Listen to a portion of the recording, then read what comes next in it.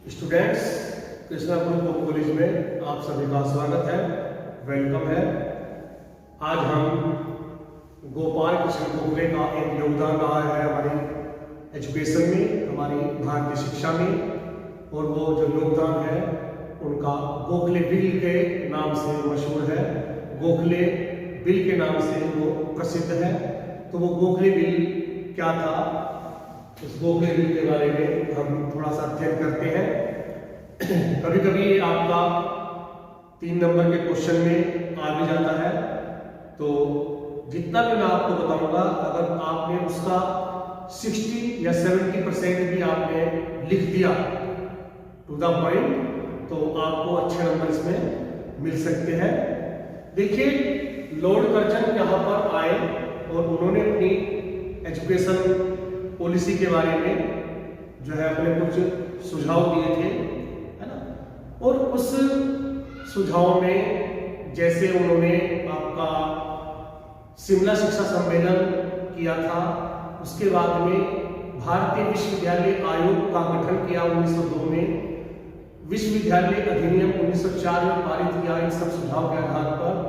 तो ये 3 चीजें करी और उन सब चीजों को मिला करके फिर उन्होंने अपनी एक एजुकेशन पॉलिसी बनाई थी और उसके बारे में सुझाव उन्होंने दिए थे। इसी बीच में जो है आपके गोपाल कृष्ण गोखले जो है वो उस टाइम तक ग्रेजुएट हो चुके थे, है ना। और ग्रेजुएट होने का मतलब ये है कि उनकी जो समझ थी, समझने की शक्ति, चिंतन शक्ति या मन शक्ति या एक पावर कह सकते हैं, पोटेंशियल जो थी उनकी बहुत अच्छी थी। कुशाग्र बुद्धि के वो जो व्यक्ति थे, है ना, वो बहुत कुछ जानते थे कि अंग्रेज लोग जो है ये क्या करना चाहते हैं और क्या करना चाह रहे हैं, है ना। तो उनका उन्होंने वैसे तो खुल करके विरोध भी किया है इन तीनों चीजों का, शिमला शिक्षा सम्मेलन का, उसके प्रस्ताव को जब डिस्क्लोज नहीं किया गया है, यानी कि उसको दिखाया नहीं है, प्रस्ताव जो पारित किए हैं उनको प्रकाशित नहीं किया गया है, अधिनियम जो है विश्वविद्यालय आयोग जो है बनाया गया है, उसके जो सुझाव है उसके आधार पर उन्होंने खुलकर उसका विरोध भी किया है। और 1905 में जो घटना हुई बंगाल विभाजन की, उसका भी खुलकर विरोध किया गया है भारतीय नेताओं के द्वारा, और राष्ट्रीय आंदोलन भी किया है। फिर उन्होंने राष्ट्रीय शिक्षा की मांग भी की है, यानी कि राष्ट्रीय शिक्षा यानी कि अपना हम अपनी शिक्षा का प्रबंध करेंगे, प्रशासन नियंत्रण सब कुछ अपना आप करेंगे, उसका, है ना, आपको तो सिर्फ उसमें सहयोग देना है ना। तो इन सब चीजों से वो प्रेरित हो रहे थे, और प्रेरित होने के बाद में फिर उन्होंने देखा है कि एक हमें अधिवेशन जो था, हमारे अधिवेशन होते थे राष्ट्रीय कांग्रेस के, तो उस अधिवेशन में एक प्रस्ताव उन्होंने रखा है कि भारत के एक आयु वर्ग जो है 6 से 14 वर्ष तक की आयु वर्ग के जितने भी बालक या बालिकाएं हैं उनको हम निःशुल्क और प्राथमिक शिक्षा देंगे, है ना। तो इस तरह का एक प्रस्ताव उन्होंने इसमें पारित किया है या पारित करने का सुझाव दिया है कि हम ये पारित करवाना चाहते हैं। उसी से प्रेरित होकर के फिर जो है गोपाल कृष्ण गोखले या एक आपके बड़ौदा नरेश जो है सयाजीराव गायकवाड़, उन्होंने इसका एक्सपेरिमेंट अपने राज्य में भी किया है, और वो जो एक्सपेरिमेंट है वो सफल भी हो गया है।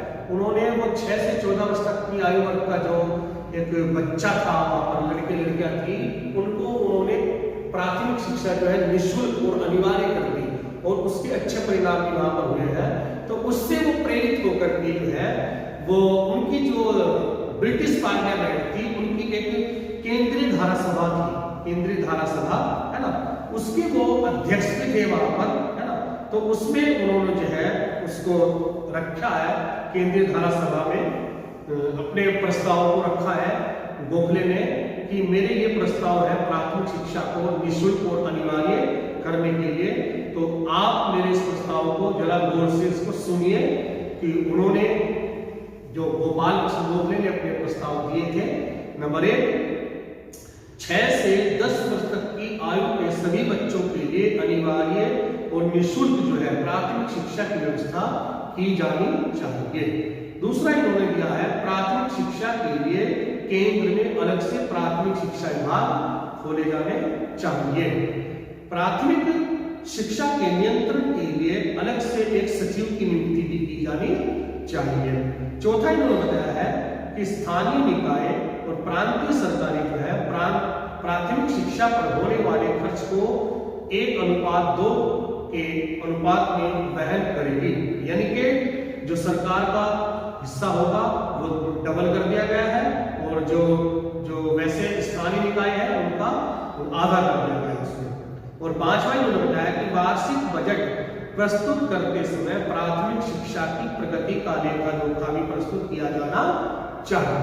तो ये 5 प्रस्ताव जो है गोपाल कृष्ण गोखले ने जो केंद्रीय धारा जो सभा थी ब्रिटिश पार्लियामेंट की उसमें एक अपने सदस्य होने के नाते जो है उसको पारित करवाने के लिए उन्होंने प्रस्ताव भेजे। लेकिन उसमें क्या है, उस केंद्रीय धारा सभा में इन सभी 5 पर प्रस्ताव पर खुल करके चर्चा हुई और अधिकतर सदस्य जो है गोखले के जो तर्क जो दिए गए थे उन्होंने उससे वो सहमत भी थे और सरकार ने इन सब के लिए आश्वासन भी दिया था। केंद्र में प्राथमिक शिक्षा की व्यवस्था के लिए पृथक विभाग स्थापित किया गया और प्राथमिक शिक्षा पर नियंत्रण के लिए अलग से सचिव की नियुक्ति भी की गई, परंतु प्राथमिक शिक्षा को अनिवार्य एवं निःशुल्क बनाने के लिए कोई ज्यादा ठोस कदम नहीं उठाए गए हैं, है ना। तो इस प्रकार से परिणाम में क्या होता है, जो गोखले का जो बिल था, ये प्रस्ताव थे 1910 वाले, ये आश्वस्त रहकर भी रह गए हैं, ये बिल जो है पास नहीं हो पा रहा है ना। तो इस प्रकार से उन्होंने दोबारा फिर 1911 में जो प्रयास किया है, 1911 में इस प्रस्ताव को केंद्रीय धारा सभा में विधेयक के रूप में उन्होंने पेश किया है, यानी कि अब कानून बनाने में विधेयक के रूप में इसको पेश किया है।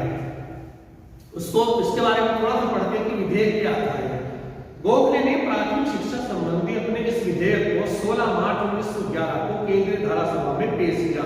इस विधेयक की मुख्य धाराएं इस प्रकार थी। कौन कौन सी धाराएं थी? नंबर 1, भारत में अनिवार्य प्राथमिक शिक्षा आरंभ करने का समय आ गया है और प्रारंभ में यह नियम उन्हीं क्षेत्रों में लागू किया जाए जिनमें बच्चों का एक निश्चित प्रतिशत प्राथमिक स्कूलों में शिक्षा प्राप्त कर रहा है ना। जहां पर प्राथमिक स्कूलों में जो शिक्षा चल रही है उसी पर बताया कि यहाँ पर प्रस्तुत किया जाना चाहिए। इस प्रतिशत को निश्चित करने का अधिकार जो है गवर्नर जनरल को होना चाहिए या उसकी काउंसिल को होना चाहिए। दूसरा इन्होंने बताया है कि स्थानीय निकायों को यह अधिनियम लागू करने से पहले प्रांतीय सरकार की अनुमति भी लेनी चाहिए या लेनी होगी। तीसरा इन्होंने बताया स्थानीय निकायों को यह अधिकार होगा कि वे इस अधिनियम को अपने पूरे क्षेत्र में लागू करें अथवा इसके किसी एक सीमित भाग में लागू कर सकते हैं, यानी कि एक जिले में कर सकते हैं, 2-4 जिले में कर सकते हैं, पूरे प्रांत में कर सकते हैं। तो ये जो है स्थानीय निकायों पर इसका अधिकार होगा, क्योंकि वो भी पैसा वहां पर खर्च करेगी, सरकार भी पैसा खर्च करेगी, राज्य सरकार, तो इन दोनों को जो है अधिकार होगा। नेक्स्ट इन्होंने बताया कि जिन क्षेत्रों में यह अधिनियम लागू होगा उन क्षेत्रों के अभिभावकों को 6 से 10 वर्ष तक की आयु के बच्चों को प्राथमिक स्कूलों में भेजना जो है अनिवार्य होगा और जो इस नियम का उल्लंघन करेगा उन अभिभावकों को दंड भी दिया जाएगा। लेकिन इसके बाद मैंने बताया है कि पहले यह अधिनियम बालकों की शिक्षा के लिए लागू किया जाएगा, लड़कों के यानी कि, और उसके बाद बालिकाओं की शिक्षा के लिए भी इसी स्तर से लागू किया जाएगा। नेक्स्ट उन्होंने बताया कि इस शिक्षा पर होने वाले खर्च को स्थानीय निकाय और प्रांतीय सरकारें जो है 1:2 के अनुपात में वहन करेंगे। नेक्स्ट उन्होंने इसमें बताया है स्थानीय निकाय यदि उचित समझे तो अपने क्षेत्र में शिक्षा कर भी लगा सकते हैं, यानी कि उस पर टैक्स भी वो लगा सकते हैं। और लास्ट में इन्होंने बताया इसमें कि 8 रुपए प्रति माह से कम आय वाले अभिभावकों को बच्चों को उनके कोई शुल्क नहीं देना होगा इसमें, है ना। तो प्राथमिक शिक्षा के विधेयक को बनाने के लिए ये कुछ उन्होंने प्रस्ताव किए, लेकिन फिर इसमें हम देखते हैं तो इसका प्रभाव क्या रहा है, या ये पास हुआ है या नहीं हुआ है। तो इस विधेयक पर 2 दिन तक बड़ी गर्मा गर्म बहस हुई।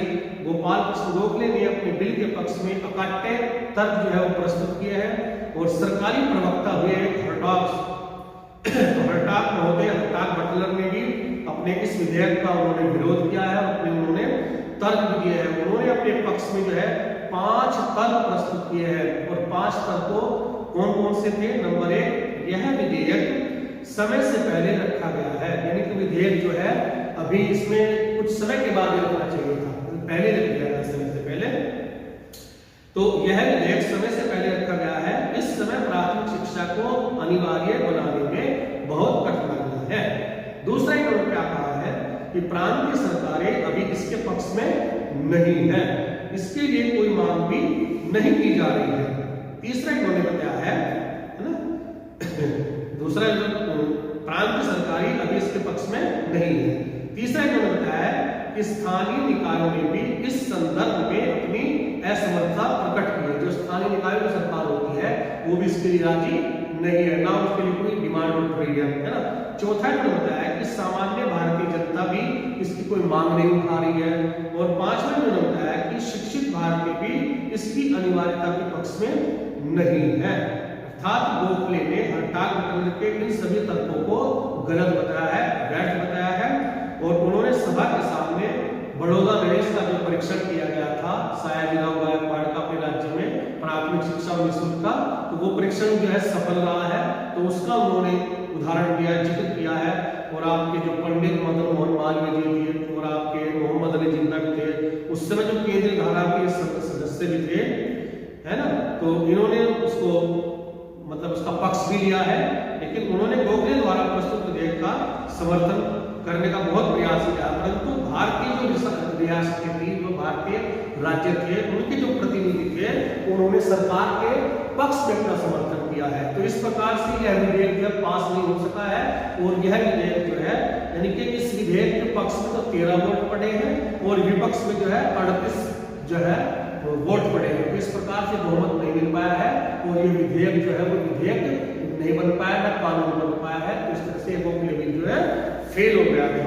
लेकिन इसका प्रभाव जो है बहुत अधिक पड़ा है। इनसे प्रेरित होकर के, इनसे उत्साहित होकर के जगह जगह जो है प्राथमिक शिक्षा से संबंधित अधिनियम बनाए गए हैं या प्राथमिक शिक्षा से संबंधित जो व्यक्तिगत प्रयास किए गए हैं, बहुत ही अच्छे उनके सुखद परिणाम रहे हैं। लेकिन फिर भी सरकार की आंख खोलने के लिए गोखले ने जो है काफी कुछ उसने काम किया है, सरकार की आंखें खोल दी है, सरकार को इस ओर से प्रेरित किया है कि अभी हम जो है भारत की कुछ शिक्षा के लिए कुछ हमें आवश्यक जो संशोधन परिवर्तन है वो हमें जरूरी करना है, अन्यथा जो है हमारा यहाँ पर विरोध प्रदर्शन जुलूस नारे आंदोलन ये होना स्वाभाविक हो जाएगा।